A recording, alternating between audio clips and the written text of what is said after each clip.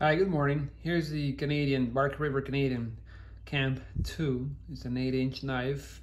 You're gonna see some interesting footage on the video, right? Some cutting that I did on the knife, and why we received those chips on the edge here. So we're gonna get into that real quick. But before talking about that failure or small failure, let's discuss the design, right? So this is a larger style of camp knife from the excellent company Bark River.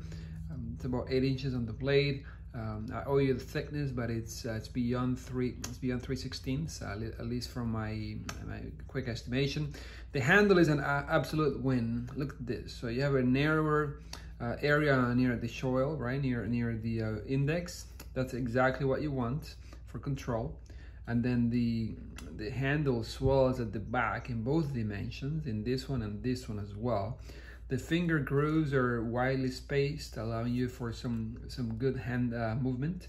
If you want to chop, which I've done extensively with the knife, you can come down here, and since it bulges in the back, you have more control. It feels a little bit better than the Kalahari 2, which is an excellent handle as well, but it's more suitable for this type of cutting, not necessarily chopping. So very secure grip, extra giant lanyard hold. You can run any types of cordage that you like through there. That's excellent to see.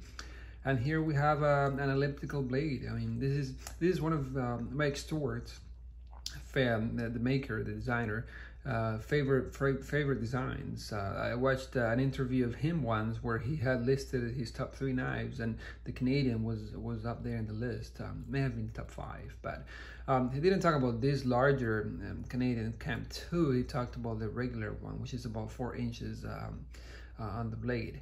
His reasons were the handle, right? There's a curvature in the top portion here that goes up, following your hand curves as well.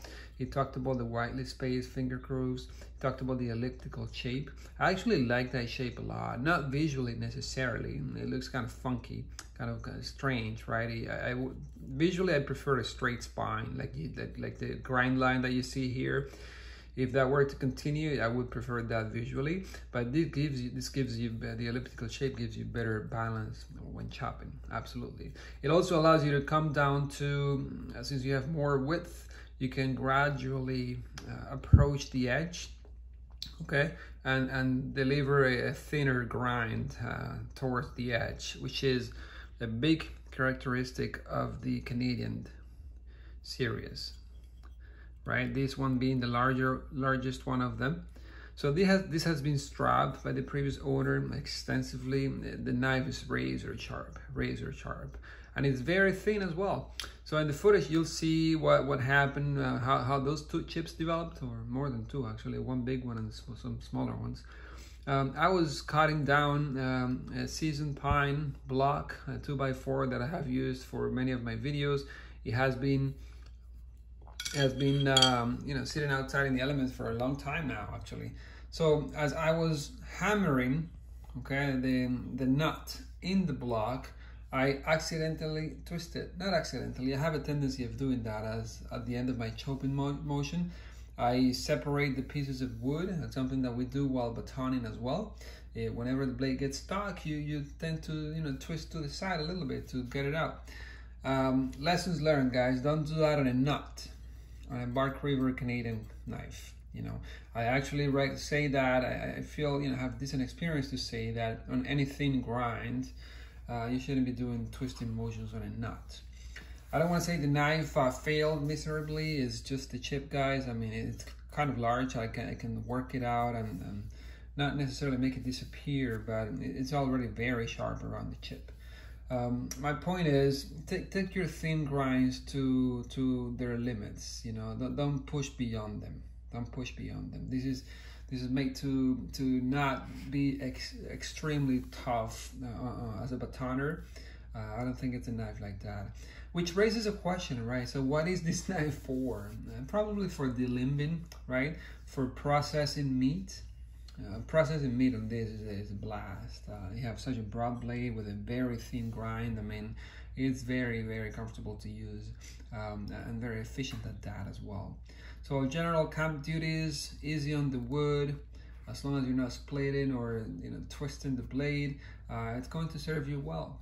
Just lessons learned. I hope that gives the rest of you guys some indication as to the limits of A2 on a thin grind like this. All right, thank you. Very comfortable in hand. It's just such a comfortable knife. Big bites. Chopping through a knot right there.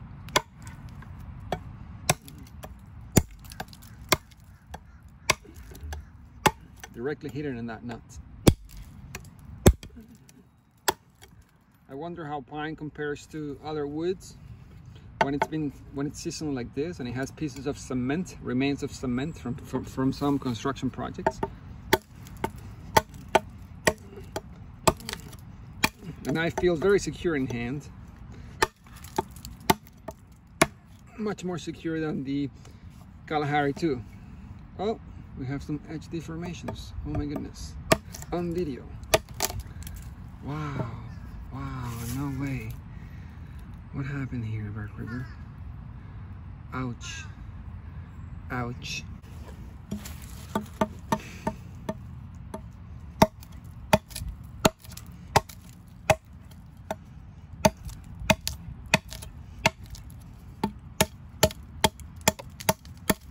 I think the previous owner of these Canadian cam thinned down the edge a little bit, actually. If any of you has a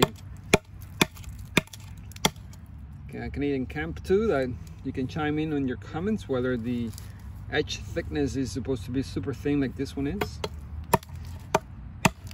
I wonder how 3V would have fared hitting that knot like that. This is A2.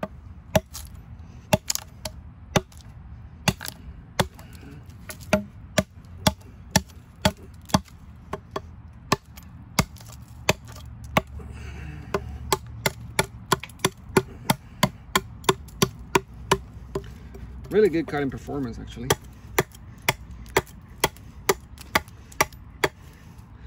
Okay, so hopefully I was in frame.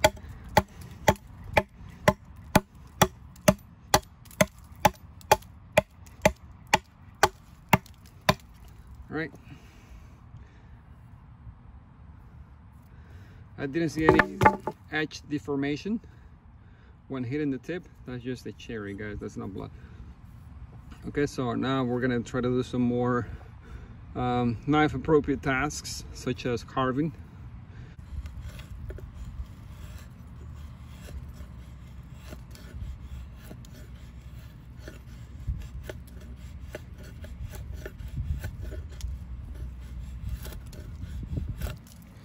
Very sharp.